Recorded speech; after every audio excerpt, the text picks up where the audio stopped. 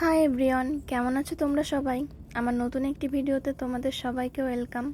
আজকে এই অ্যালোভেরার চারাগুলোকে উঠিয়ে অন্য আর একটা গ্রো ব্যাগে বা এই যে আমি যেভাবে ব্যাগ তৈরি করেছি এতেও লাগানো যায়। আমার কাছে টব অ্যাভেলেবেল ছিল না, তার কারণে এখানেই লাগিয়ে দিব। প্রথমে একটি গ্রো ব্যাগের মতন করে তৈরি করে নিয়েছি, তারপর ড্রেনেজ হোল ভালোভাবে তৈরি করে নিচে কিছু পাতা দিয়ে মাটিগুলো আগে থেকেই আমি রেডি করে রাখি।